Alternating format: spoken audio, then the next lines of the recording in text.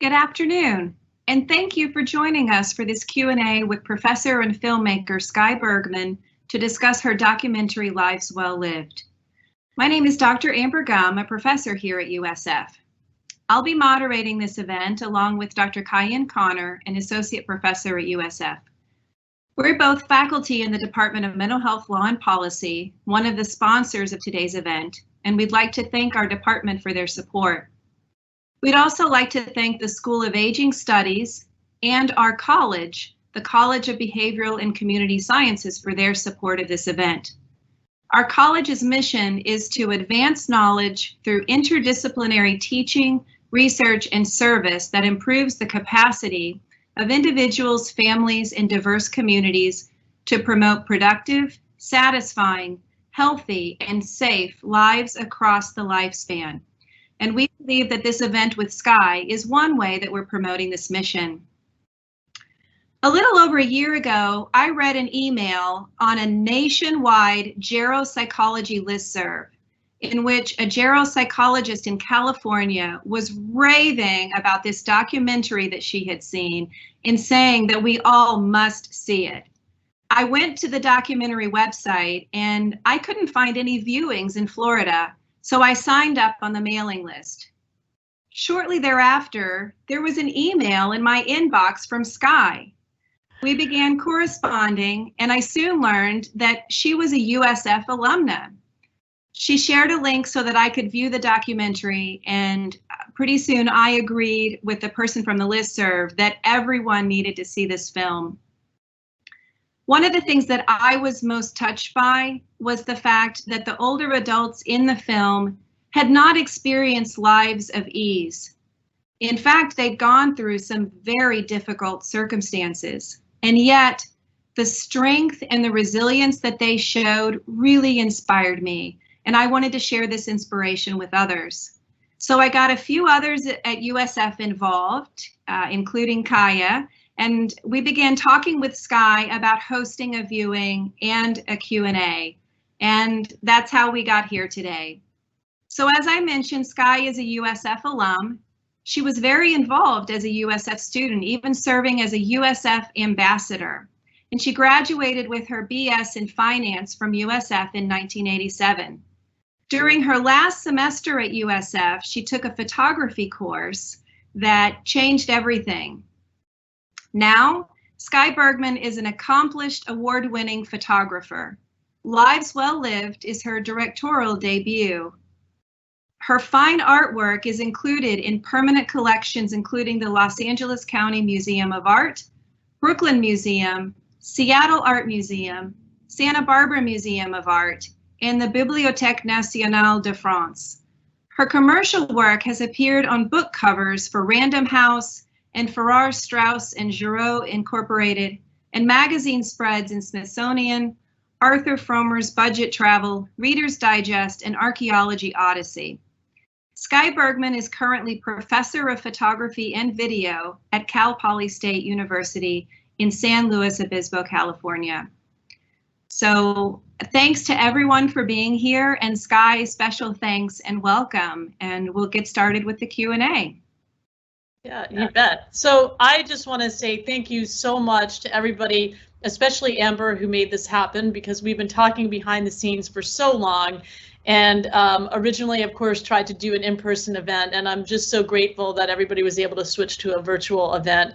And it's such a treat for me because, as Amber mentioned, I am an alum, and so I'm really just so thrilled to be speaking to people through USF. I had such a good experience at USF. So if we can go to the first slide. I did this project as a labor of love. This is my grandmother, who many of you who saw the film were introduced to in the film. And she was an amazing woman. She lived to be 103 and a half. And when she was 96, she came to visit me in California for the first time from Florida. And for the next 4 summers, we spent the month of August together. She would come out for that month, and you all know what Florida weather is like. So it was nice to get away in that hot, humid temperature and come out to California. And we would cook. And so if you can go to the next slide. She was an amazing cook, but of course, like any other amazing cook, she never wrote a recipe down. And I'm sure there are many of you out there like that, that you have, you know, your bubbies or your grandmas who did this amazing job in the kitchen, but they never wrote anything down. And I realized that was her way of showing her love. And I really set out to capture that on video because I realized it was pointless to write anything down because she never had a measurement. It was a handful of this or a pinch of that. And I wanted to actually see that and capture that. And that was really my foray into making videos. Up to that point, I'd just been a still photographer. And if we can go to the next slide. And then when she was getting ready to turn 100, I went back with her to Florida and filmed her at the gym, and thankfully had a mic on her because I thought, you know, nobody's going to believe that at almost 100 that she's still working out at the gym. And just to set the stage, she did not start working out until she was 80 years old. So it is never too late to start something new. And she absolutely loved working out. And she had a phrase, which I'm sure all of you have heard something similar, which is move it or lose it. And she felt it was vitally important, especially as she aged, to continue to work out. But also, you know, I think that for me, I had her mic'd, and I just, as a throwaway comment, I said to her, "Grandma, can you give me some words of wisdom?" And she said, "Oh, words of wisdom, live life to the limits and be kind." And I came back from that trip and I thought, there's something here. I love spending time with my grandmother and all the knowledge that I get from her. And I want to find other people out there in the world that are as much an inspiration as my grandmother is to me. So can we go to the next slide?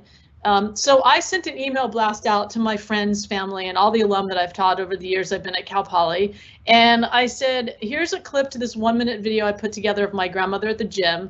And if you have somebody like that who's as much an inspiration to you as she is to me, please nominate them for this project. I didn't know it was going to be a film at the time. And I was just inundated by heartwarming nominations. And this is the first person that I interviewed, Jesse Alexander. He was one of the very few people that I actually knew. I had worked for him right out of graduate school. He's an amazing photographer, and my next feature-length film is going to be all about him. But he was my first subject because you should start with somebody that you know. Because I said to Jesse, hey, I'm working on this crazy idea, and I know if I really screw up this interview, you'll let me do it over again. And so there's no pressure, and it was really a nice way to start the project. So if we can go to the next slide.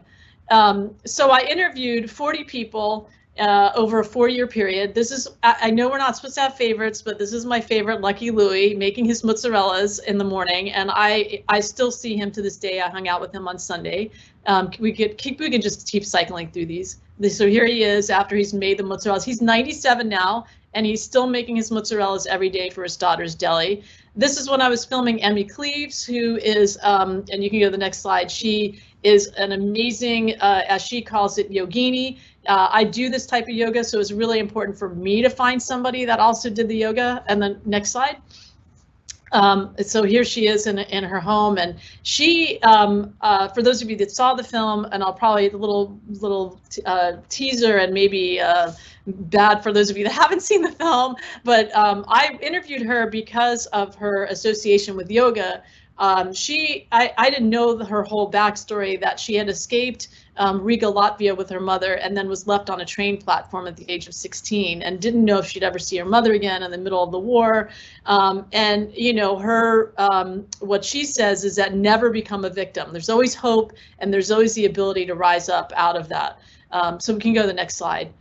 And this is Blanche Brown, who, Kaya, I think you've taken a dance lesson with.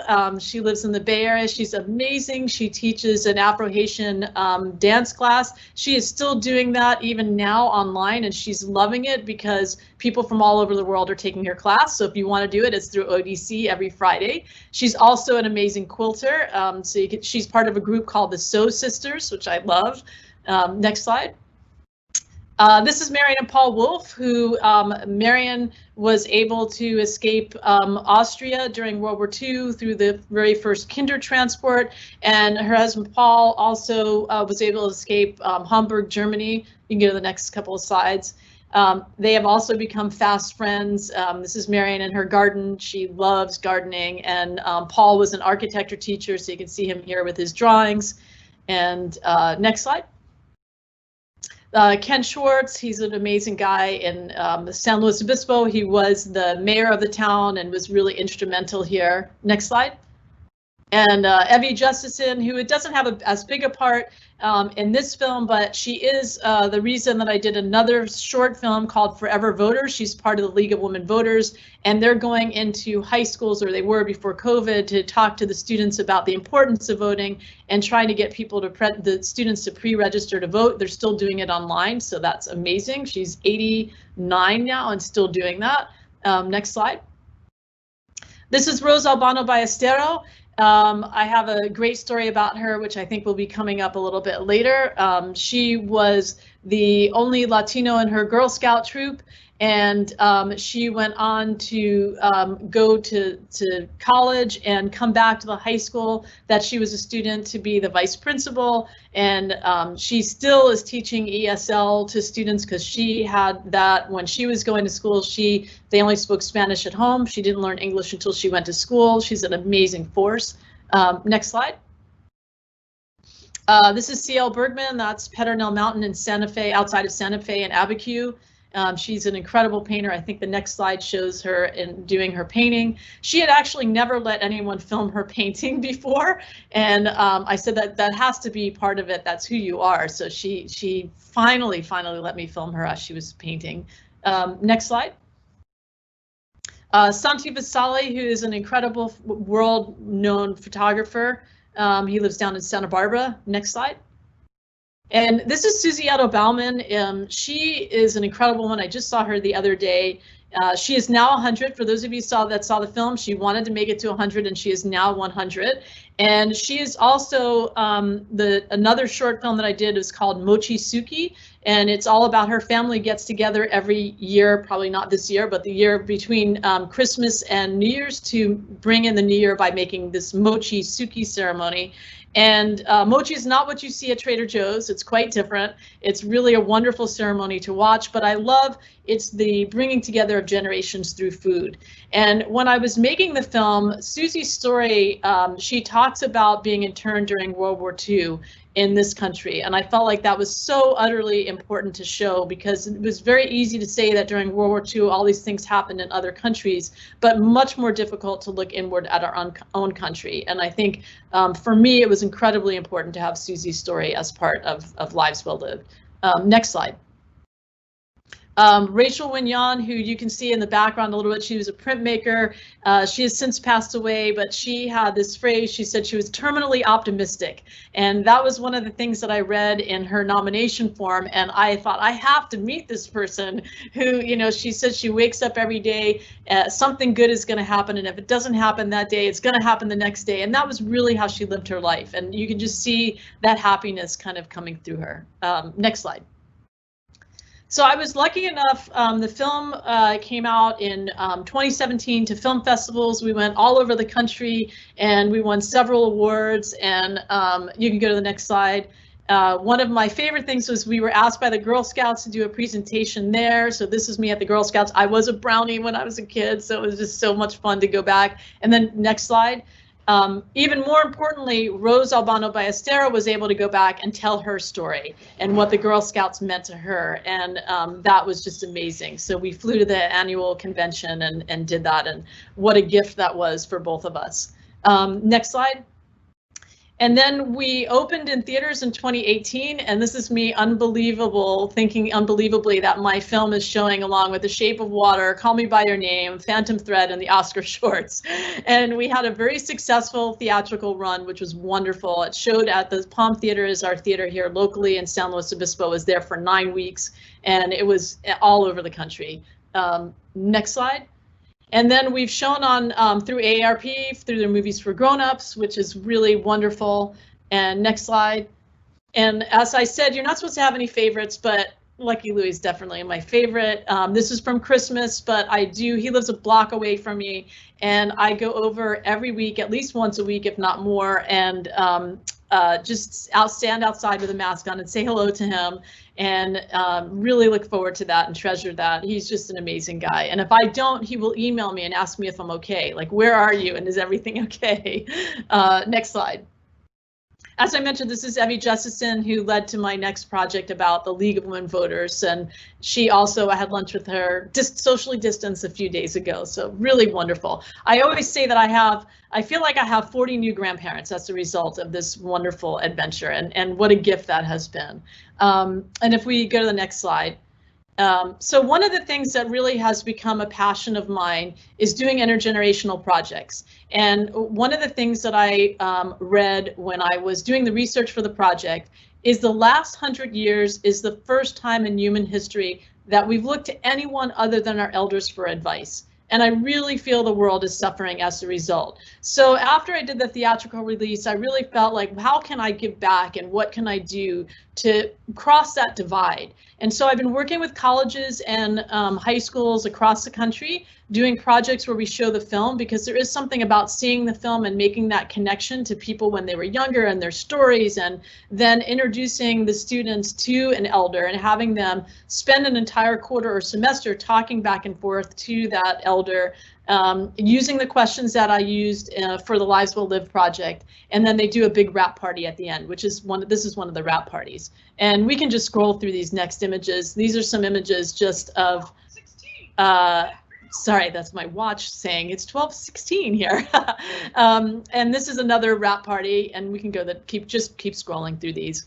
So this is where they're interviewing each other. So it's really a back and forth between the student and the elder, and it's just a wonderful connection that they make. We're still doing this even in this virtual world. We've transitioned to virtual, but you can really see from these photos that are going to we'll cycle through, the connections that are made in such a short period of time. And especially during this pandemic, I think that the two groups of people that are most affected and feeling the most isolated and lonely are actually high school and college students and elders. And so to be able to bring them together during this time, especially during this time, and the things that we can learn from each other, I think is of the utmost importance. So this is really the next passion going forward, is making those connections happen. And like I said, we've been working with Senior Planet and still my university and other high schools, and figuring out ways even during this time. I mean, everybody's been getting creative in ways that we can, make this all happen, and how we can come together. Because if we can learn from each other, it's kind of like we're combating ageism one story and one connection at a time.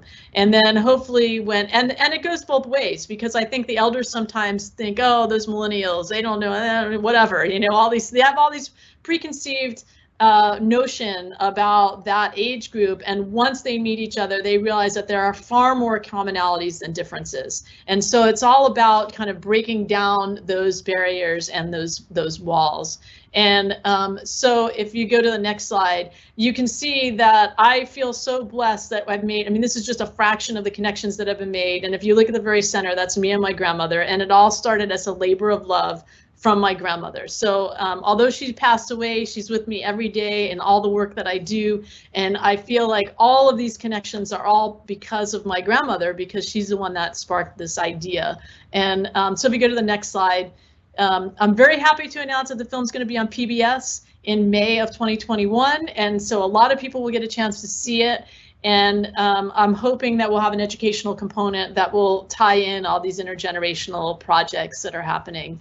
And then if you go to the next slide, that's the last one, and then I can open it up to any questions.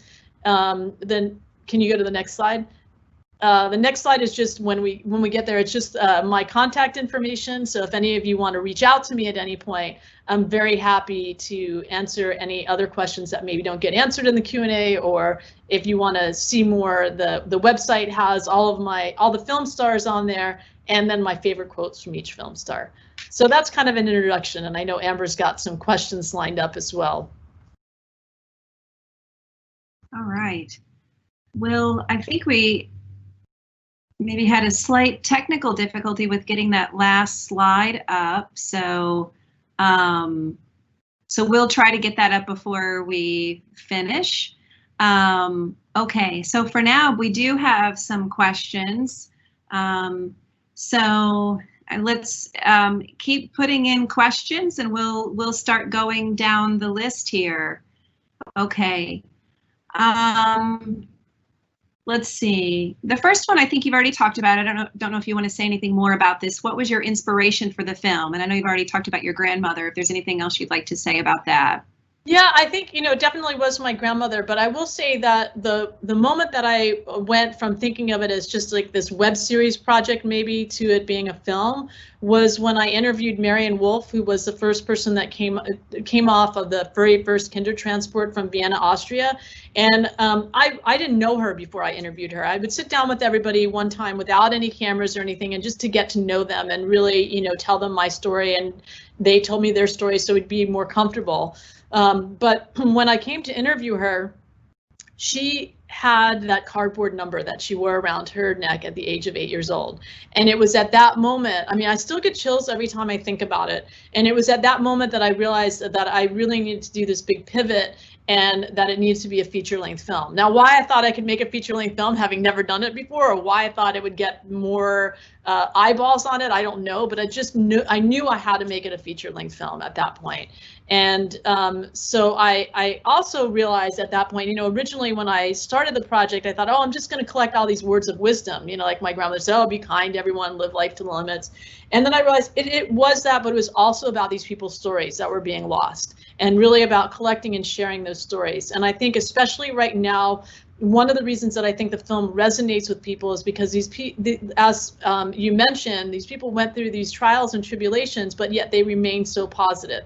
And we are all collectively going through something that is very difficult. And I think to look at those stories, it gives us a sense of hope. Well, if they made it through these really trying times, we can make it through this. And so I think that it's, that's been really, who knew when I made the film that we'd be going through a pandemic at this point, and that the film would probably be helpful to other people, but I think it really has been. Thank you so much, Sky. Just watching these pictures and seeing some of these updates is really nice, because after watching this film, you sort of feel connected with these folks, and it's nice to see them and see you with them. And I know you already talked a little bit about your relationships with some of them, and which thank you for sharing. Another question is, how did you find the rest of these people in your film? How did you come across all these amazing gems to be able to interview and have them? Yeah, well, that is a really good question. And, like I said, originally I sent out an email blast to my friends, family, and alum, and I looked at all of those responses that came in. And then I have to admit that my partner is a podiatrist. He's, and he would come home with some great stories, and he would say, you really should interview this person. And so he did introduced me to Lucky Louie, so I have him to thank for Lucky Louie and a few other people. But really, once the word kind of got out of what I was doing, I mean, it just sort of steamrolled from there. I think once I had that first interview, thank goodness for Jesse Alexander, my friend, who was willing to let me use him as a guinea pig so I could show people what I was trying to do. Once that word got out and people had a sense, then they were much more willing to be part of it and recommend other people. Thank you. Yeah. Okay.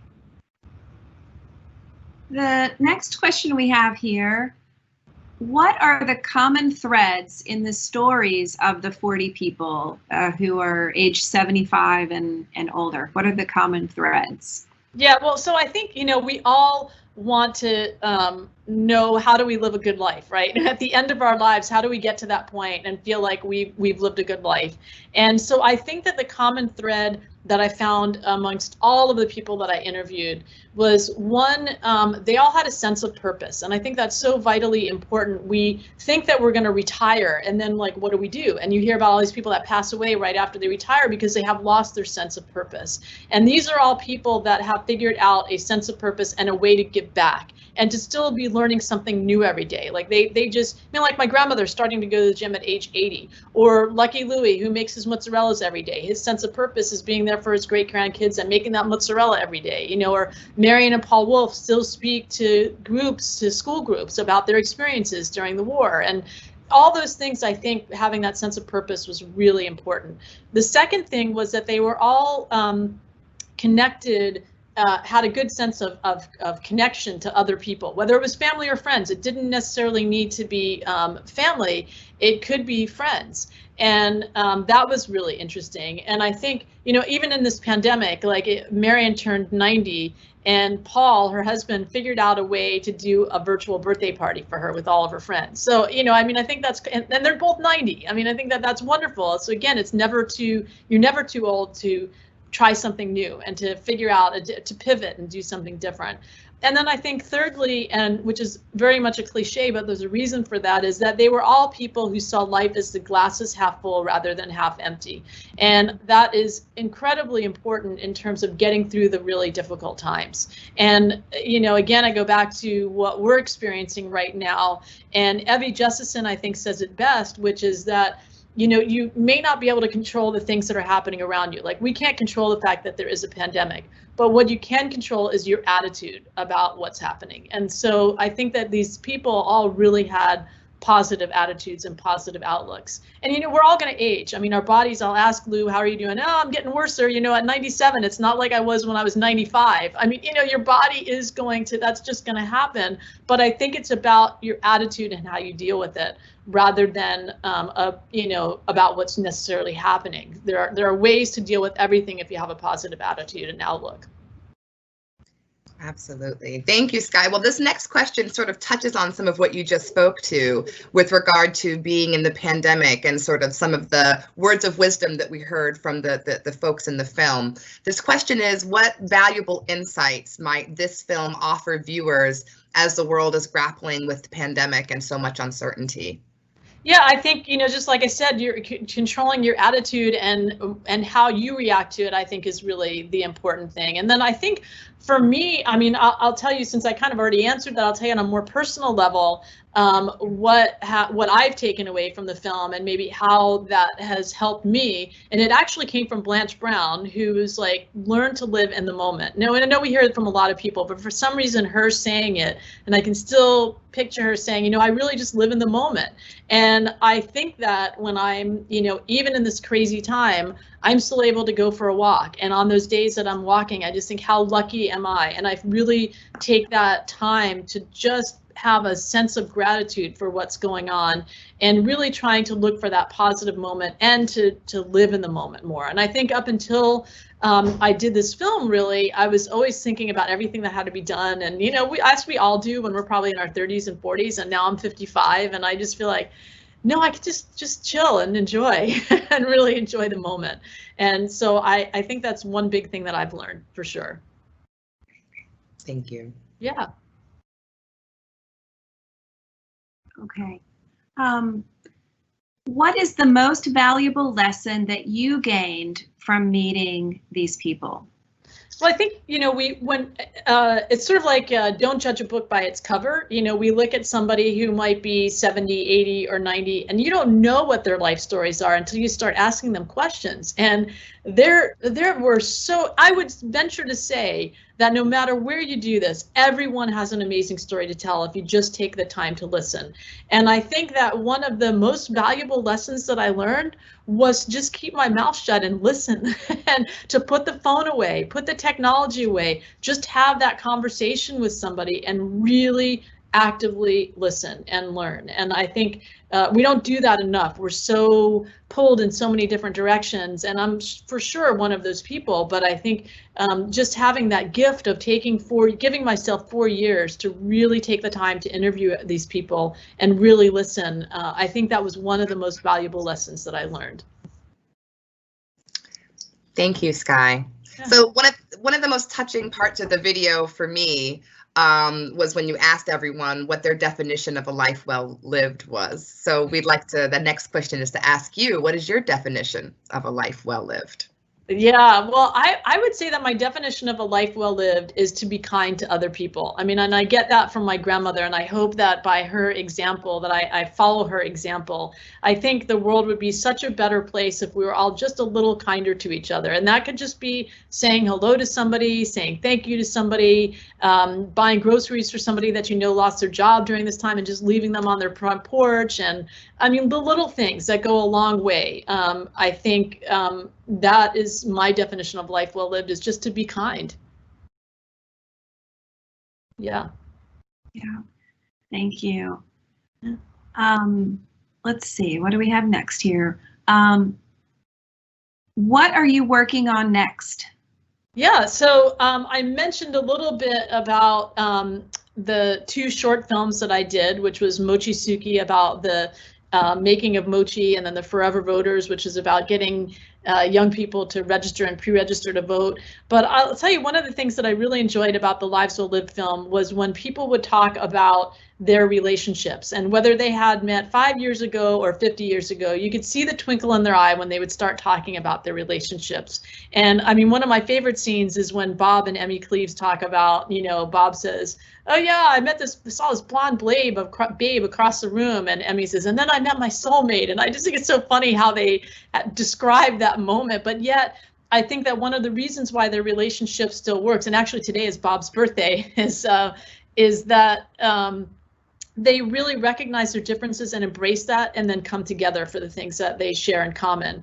And so I think their words of wisdom about relationships really touched me. And for me, the most poignant piece of relationship information that I got from the film was when Ciel Bergman talks about you can't change another person, not one iota. And I am in a great relationship, but I often think of that phrase. And so I think that there'll be 2 more feature-length films that I'm working on. One is all about love, and that coming together. They're all different ages. I don't want it to be a specific age group. And the next will really be based off of the Mochisuki film, which is bringing together different generations through that connection of food and storytelling. And so I can see another film that really, you deal with different cultures and what their food is that brings the intergenerational groups together. So those are the 2 things that I'm working on right now. That's great. Well, and there's a lot of research on positive aging that shows that the quality of our relationships is such a contributor to well-being later in life. So I think that's is a really important next step. Thank you. Sure. Yeah, I'm really excited to get a chance to see those films next. So we have another question. This is, in what ways did you change as a result of making this film?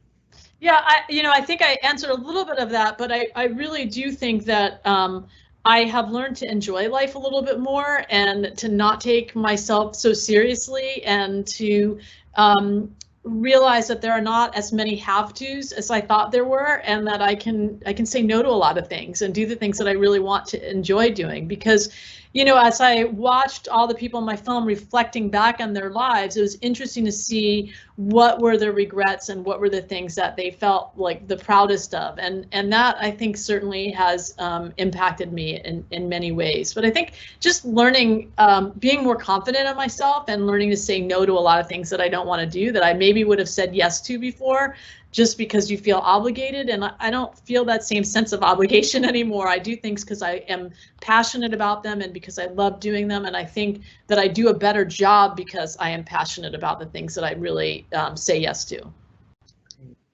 Thank you. Yeah. Okay.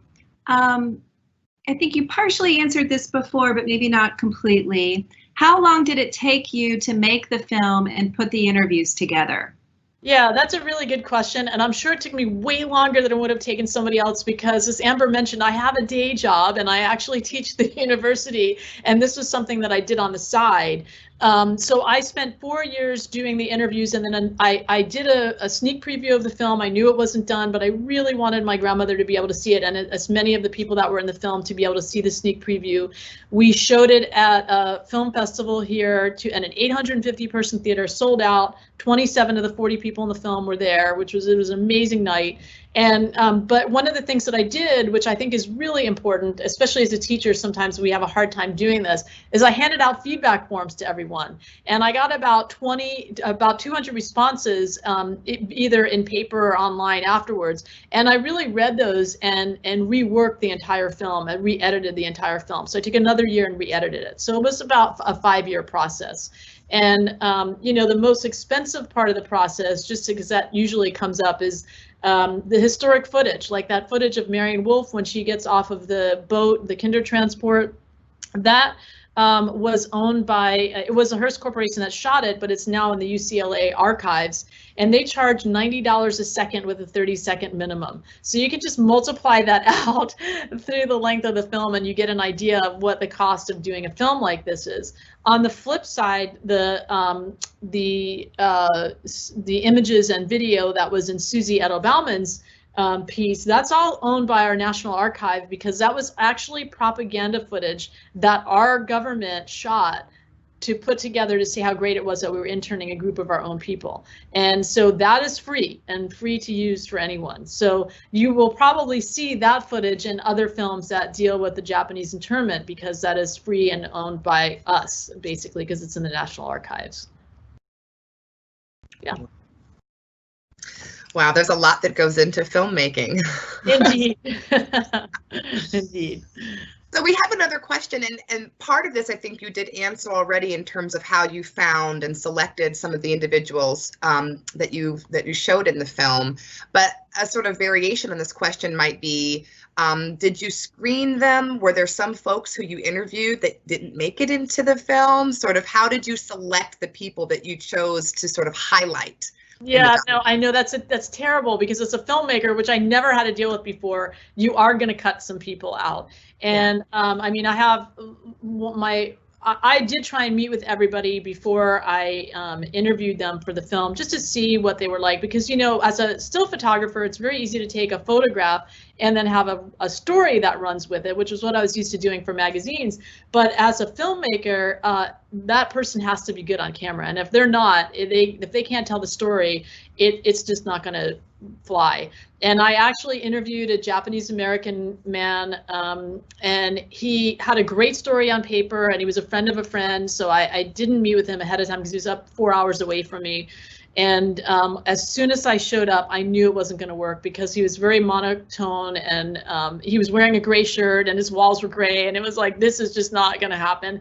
But I did the interview and I gave it to his family, so they have this really wonderful interview of their dad and all the footage. And I did that for everyone. So all the people that I interviewed, they all were given their footage for their family and the transcripts from the interviews, which was great, because a lot of them told stories that their families didn't even know about.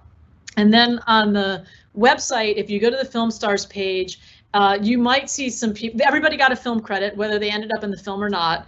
And you might see some people on the Film Stars page that you didn't see in the film, except for in the film credits, but I put my favorite quote from each of those people. So that was my way of honoring everyone, even if they didn't make the final cut of the film. But really, it's tougher on film and video, because not everybody is good at answering questions. And I was really looking for, I think it's really hard when you're dealing with these subjects of like the Holocaust and the internment, and you need some levity. So I also was looking for people that were able to have a sense of humor and have a moment of levity in each of those pieces. So that was also really important when I was looking at who I was going to be able to keep in and who I wasn't.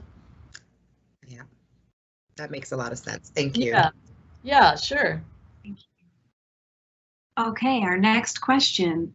What is your target audience, and what channels are you using to reach these? Yeah, so I think, you know, it's a number of different target audiences, and we've been in theaters very successfully. We've been doing a lot of educational and community screenings at libraries, at universities, at senior centers. But I would, you know, my passion is this intergenerational connection. So I'm always wanting younger people to see the film. I think that the target audience probably is baby boomers, because they're the next generation really after this generation. But I really love it when it's also shown in high schools and in colleges. And my favorite intergenerational project happened in Groton, Mass, where they showed Lives Well Lived, but they also showed the movie 8th Grade, so that the seniors could watch that movie along with the students and be like, what, is that really what it's like for you? And it was a nice back and forth. And I think that when that communication can happen, that's wonderful. So like I said, it'll be on PBS. It's available on DVD right now. And so those are some of the channels that we've used to get it out there. Fantastic. Yeah. So I know you mentioned before that this was your first film, and you've got some additional projects that are coming. But this question is, Do you have any other films? Apparently people are loving your work. And do they have similar themes, or might you foresee in the future you might be going in some different directions with filmmaking? Sure. Well, I think I will always do documentary films because I think that for me, I think that I love listening to people's stories. I've always done that. I mean, I remember even being a young kid, and this is going to date me. I'm half Italian. When we would have, and my grandmother, who's in the film, is obviously Italian, and we'd have Sunday dinners, and I would put a cassette recorder on the table after dinner because I knew that was when the best stories were going to come out. So even as a young kid, I was collecting people's stories. So I think that they will always have. I'll always have that as part of my filmmaking. And, you know, the two other films, it's like I have to feel some connection to them. So the Mochizuki film was one of the things that you would never know from looking at me is that I have two nephews who are half Japanese and live in Japan. And they were making mochi the same day that I was filming the Mochizuki ceremony here. So for me, it was also about learning a little more about their culture and about what my nephews' lives are like. And so I always say the more personal, the more universal the message becomes. For the voting film, and the reason that I was interested in that one was because my grandmother grew up at a time when women didn't have the right to vote. And in our household, voting was like the most important thing ever. She would work at the polls every year, and we never took that for granted that we were able to vote. So when I heard what the League of Women Voters was doing, I just, you know, the antennas went up. And I think that anything in the future, it's got to be something that I'm personally connected to.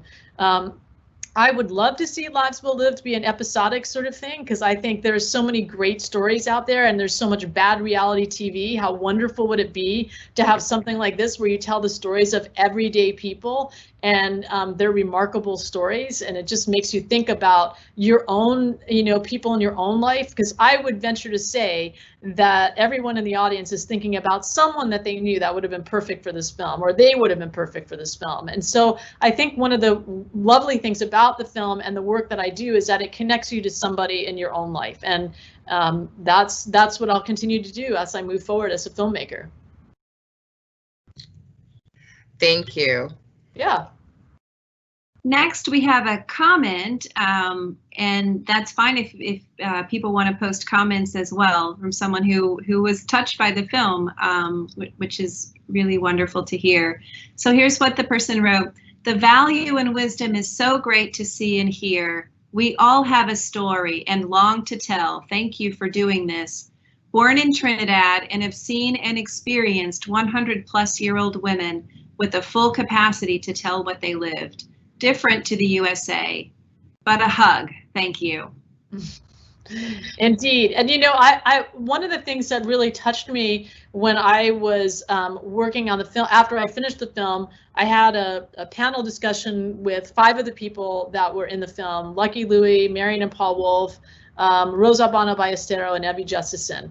And you know, I always say to them, wow, I'm so grateful to all of them for giving me the license to tell their story and to trust me with that, because that's a great trust that they opened up and told stories that maybe they hadn't told anyone else.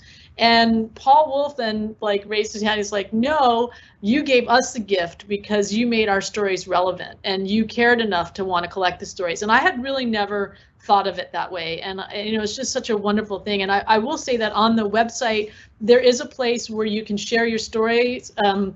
One of the things that I really want to do is to try and encourage people to collect the stories of their elders. So the questions that I asked everyone are on the website, and that can be, especially with Thanksgiving coming up, we're probably going to do it all virtually, but you can still have a virtual conversation with your loved one and ask them these questions. I think one of the hardest things when you're trying to interview someone is to know what questions to start with and where to begin. And if you say, hey, grandma, grandpa, tell me about yourself, it's like too wide open-ended of a question. So sometimes having these pointed questions, I think, really can help start that conversation. So blame the questions on me, because one of the questions is, what do you think about your own mortality?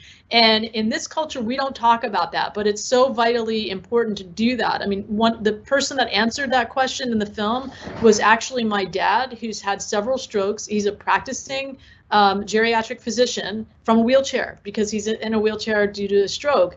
And I had never asked him that question. And we had one of the best conversations that we've ever had. And I am not sure that as a daughter, I would have felt comfortable asking him that question. But in the context of doing an interview with him, it made it safe to ask that question. So again, blame it on me. Ask those questions because you never know where that's going to lead. I think you'll be really surprised and very happy that you did. That's great. And I know one of the things we'll link to toward the end is the website for the film so that people can find those questions. That's great. Absolutely.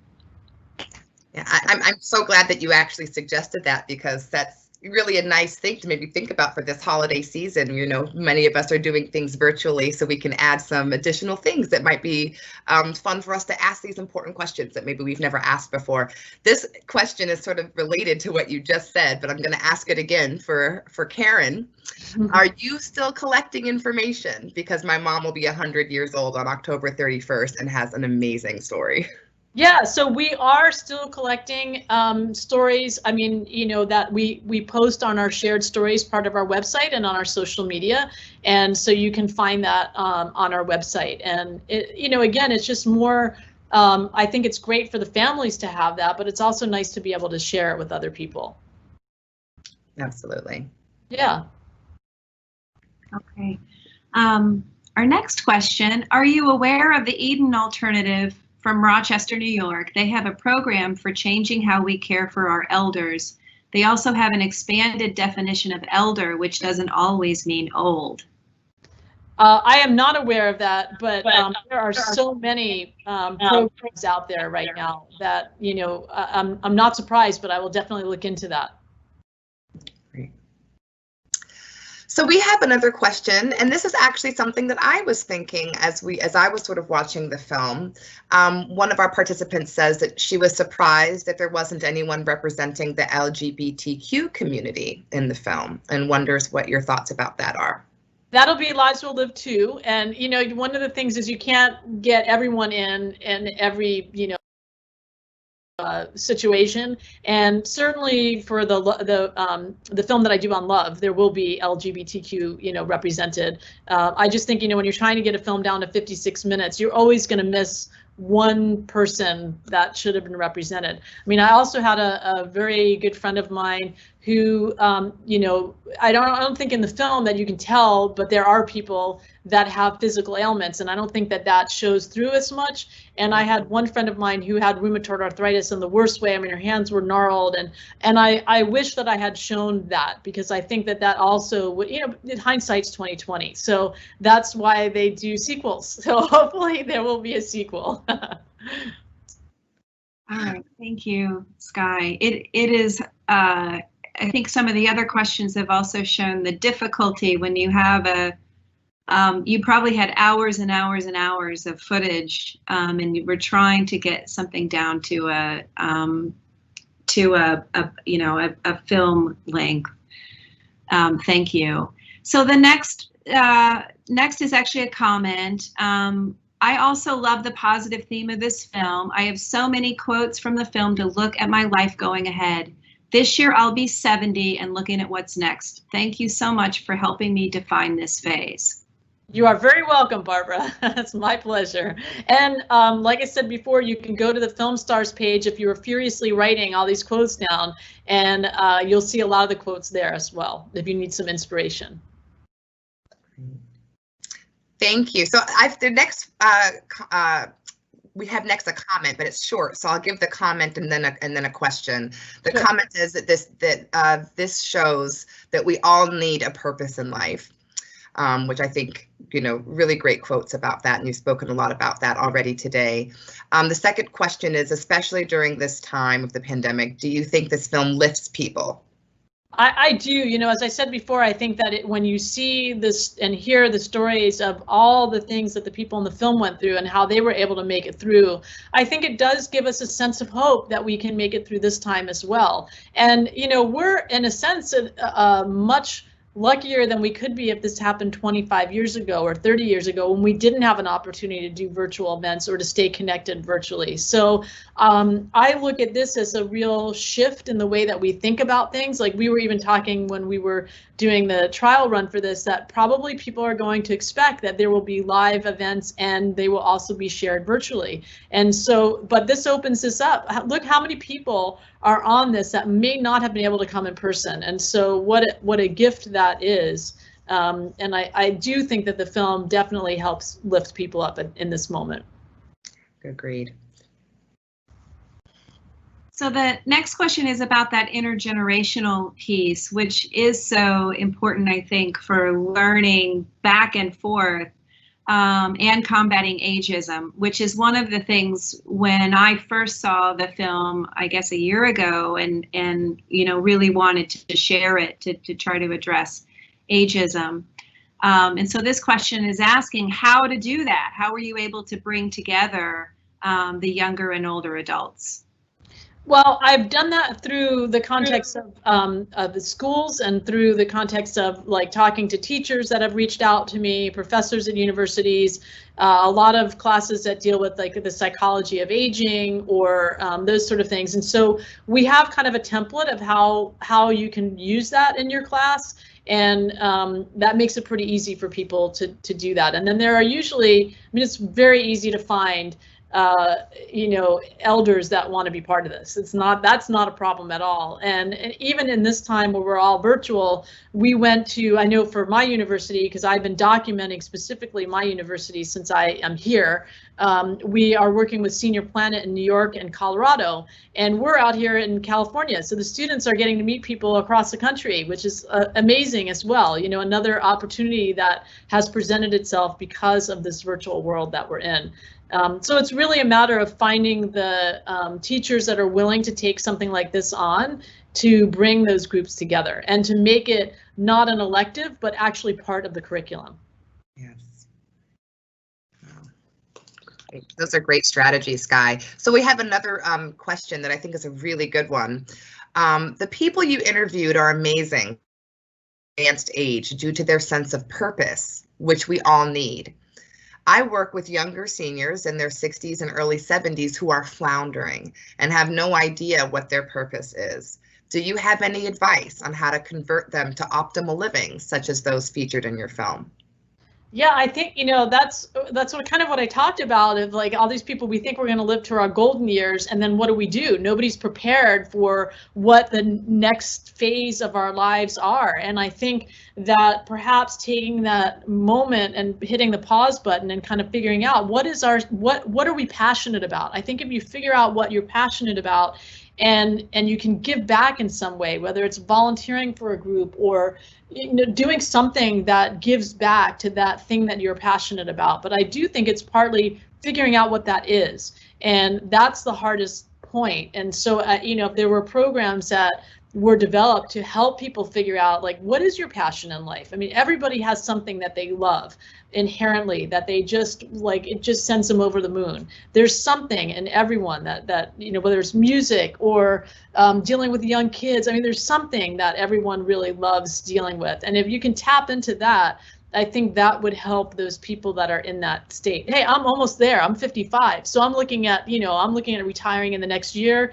And what is my life going to look like? Well, I now know I mean, at 50, I became a filmmaker, you know, so like, you know, you can look at what is that next act going to be and what is your passion going to be. And so for me, it's giving voice to people that might not otherwise have that voice. And I think, you know, everyone needs to find their own pathway in that. Yeah.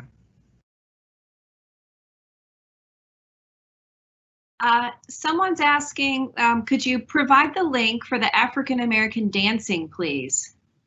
I have it on my Vimeo page, so I'm going to send a wrap email, and I will look that up and find out if I can get that link from ODC, and I will include that in the wrap email. All right. Great. Thank you. I need to reach back out to her as well. Yeah. Another question is, will people on this call be able to share the link to the film after this, or will it be shut down? So I'm going to leave that link active for another 24 to 48 hours. So do it soon, but I'm not going to shut it down right away. So great. So please share it. Thank you. Yeah, this next question, and this is something that I'm interested in. Some of my research in recent years has taken a turn toward trauma and adversity. And the person asking, and so that is what originally really touched me in the film, was all that they'd gone through and just, you know, how strong that they were. And the question is, have you found that those that went through adversity in their earlier years found more profound joy later in their lives? Well, I think, yeah, I think that might be true, because I think that when you go through that kind of trauma when you're young, everything else doesn't seem as big of a deal. You know, I mean, and I will tell you that you know, as we all do, wake up on the wrong side of the bed. And then I think about what those people went through when they were younger. Like I think of Marion at the age of 8, and I think getting on a boat by herself, doesn't know anyone, doesn't know the language. And I think, what was I doing at 8? I was like, you know, eating fudgicles and going to the park and whatever, you know. And I think it changes my attitude, because I think about what they went through. And so I do think that when you go through those traumatic experiences when you're younger, it just gives you a different framework as you're going through life of what really is important, and what things to worry about and what things to let go of. You know, I think that's true.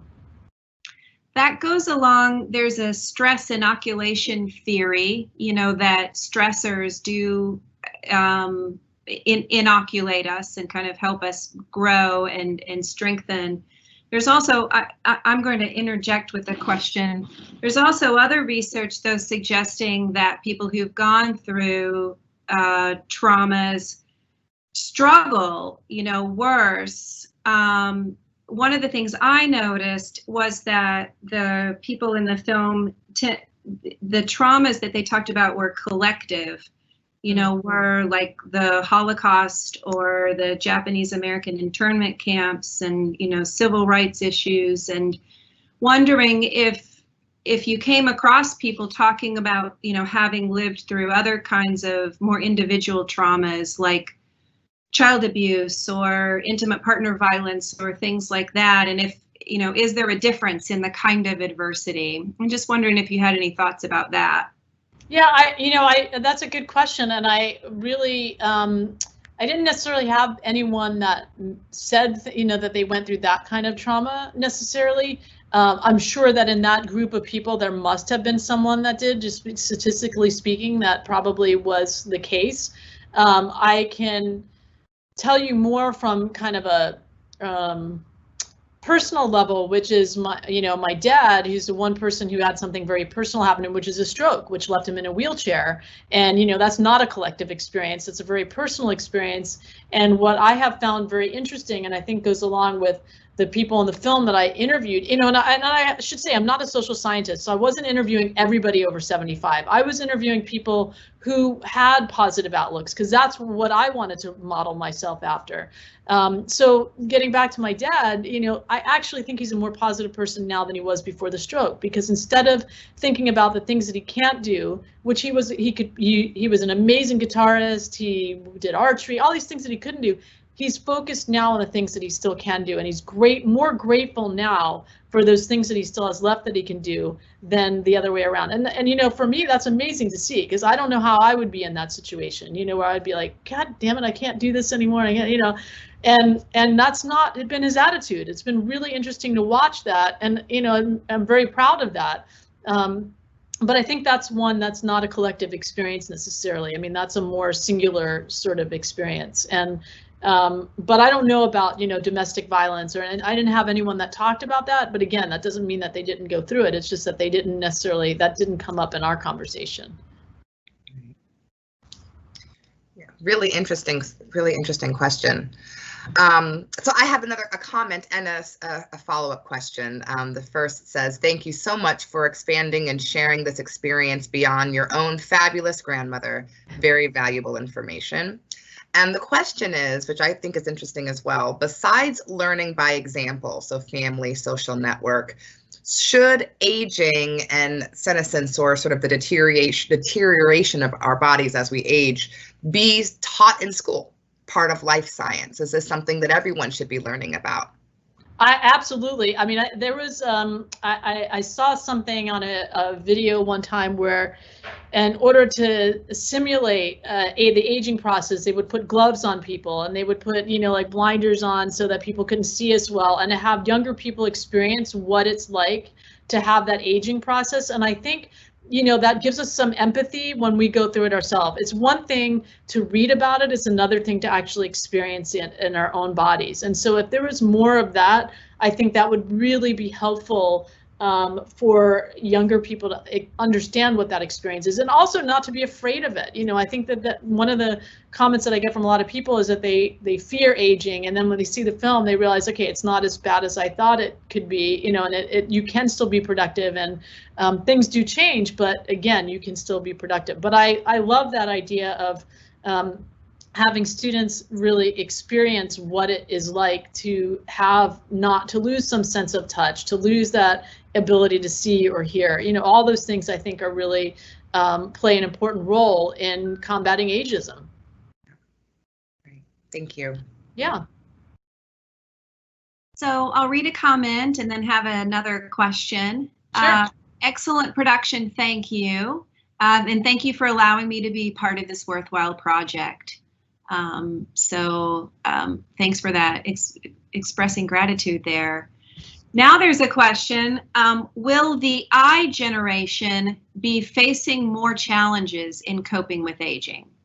What do you think about that? I think that could be potentially. I think that, it's really interesting because when I was doing these Q&As live, and inevitably people would say, oh, that younger generation, they don't know what it's like. They haven't experienced all these hard things. Well, now we are experiencing something really difficult, and they have their own traumas. Like when I was doing the Forever Voters piece, they are dealing with shooter lockdowns, and they had a fire alarm that went off in one of the schools that I was at when I was interviewing, and none of the students moved because they were worried that it might be an active shooter. Like, I never thought of that when I was in school. So I think they have a different set of traumas that will affect them in very different ways as they're aging. I also think that, as more people are aging, it's taxing the system, and it's just it's going to be interesting to see how that levels off. And I think there will have to be, look at the field of aging and the schools of aging and all that's something that's fairly recent because there's so many more people that are aging, and I think that trend is just going to continue. So I think it's going to be interesting to see how they bring their traumas that are different than ours into that aging environment.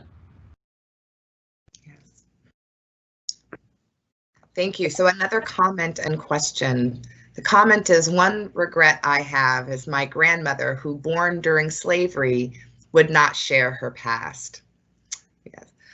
And the question is, and this was actually something that touched me, I'm sure other people who watched the film and saw the image of your grandmother and then the note that she had passed, right, 6 weeks after the film. This question is, having your grandmother pass 6 weeks after the film was recorded must have been hard, yet I assume you were pleased to have recorded her story when you did. And I know you've talked a bit about this, but I wonder if there's anything else you might want to share about that. Yeah, well, I'll try not to get choked up because I still, like, my grandmother is still so close to my heart, and I feel like she's with me every day, even though she's not here physically. I feel so lucky that, and so grateful that we were able to share the film together. And it was probably, my cheeks hurt from smiling so much that night. And she was at the entrance to the theater, like, saying hello to everybody that came in. I mean, she was the belle of the ball.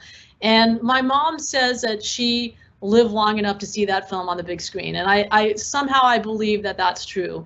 And she literally said she was done, and she stopped eating and drinking, and she passed away in 2 days. And so it was called A Failure to Thrive. And it was an interesting time because, you know, my dad being a geriatric physician, I of course was talking to him back and forth, and he said, well, maybe you should take her to the hospital because, you know, they should give her fluids. And I said, you know, she's very clear, and if I did that, it would be for me and not for her. And she has made it as stubborn and as strong-willed as she was in life. That's how she's going out, and then this is what she wants. And it is as hard as it is to honor her wish. I just need to be there with her and honor her wish, and that's what I did. I spent I spent all those 6 weeks with her, but I spent those 2 days right by her side, playing guitar, talking to her, being with her, and then she passed away. And it was a beautiful thing, and I have no regrets, and I just am forever grateful that I had her as long as I did in my life, because I think, you know, I think in my 30s, I mean, I appreciated my grandmother, but once my kids were grown and out of the house, that's when I really appreciated my grandmother, and I had the time to actually spend with her. I mean, those summers that I got that time was such a gift. And my grandfather had passed away when he was 92, so my grandmother lived another 10 or more years, and she blossomed actually after he passed away. It was really interesting because she was so focused on taking care of him that once she passed away, we went on a bunch of cruises together. I took her with my mom to Italy for her 100th birthday so she could see her relatives one last time, and I mean, we had a blast, and I feel so grateful that I had that time with her. That even though it was hard when she passed away, I really just was grateful I was able to be there and to honor her wish and what she wanted. Yeah. All right. Thank you. Yeah. Thank you. I was thinking back to the comment, the person who, you know, had expressed regret about her grandmother who wouldn't talk about her past and her experience of slavery. And I think there just are, I think your questions can help some people, can maybe help some families open up and talk about some things that maybe, you know, that they might not have talked about before, but there are some things that are really painful for people, and you know, we may never get there. We may never really get some of our loved ones' stories just because of how painful they are. You know, but just very true. I mean, I had a Jewish grandfather he passed away when I was 12. But he escaped from Russia and he lived through the pogroms, and he just could not go there. I could not. I was so curious. I mean, even like I said, as a kid, and he just, it was too painful for him to talk about it. And you know, that sometimes you have to be okay with that and honor that as well. I think that there are still other questions that you can ask. Maybe they can't talk about that one part of their life that's really too painful, but there's certainly other areas of wisdom and connection that you can make. And you can feel that from somebody. I mean, you can tell when it's just too painful to go there. Yeah. Yeah. Thank you. I'm glad that you made that point of maybe being able to talk with people about other things. So we're getting toward we've got a few more questions here. We're getting toward the end of our list of questions and comments here. Let's see. Actually, this might just be some comments. Oh, we've got, I loved how active and vibrant people were and are. It was wonderful to see the variety of activities and passions. Nice. And then I have 3 pages of quotes, and at 74, it will guide me to sharing and being more tolerant to all. I will look for a passion that I can focus on. Love your work. Oh, thank you.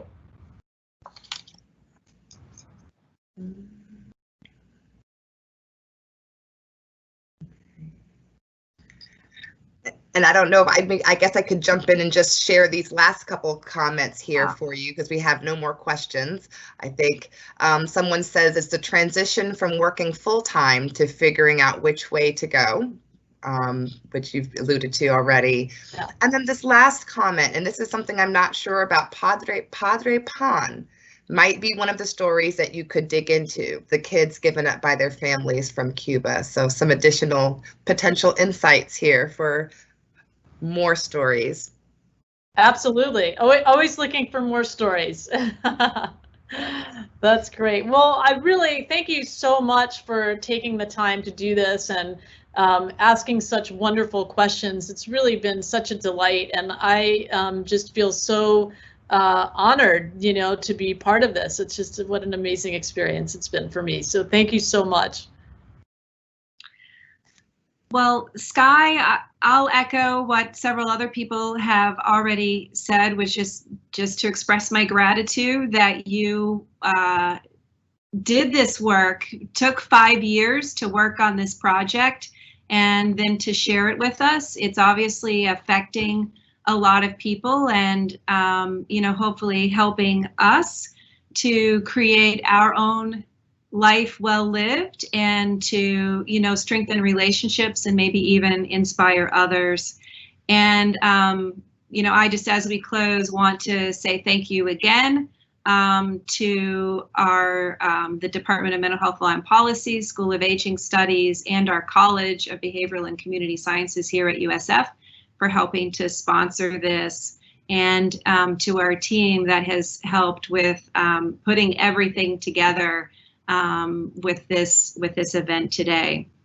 So, and for everybody who watched the film and who joined us today, we really appreciate each one of you for being here today and for submitting your questions. So thank you very much.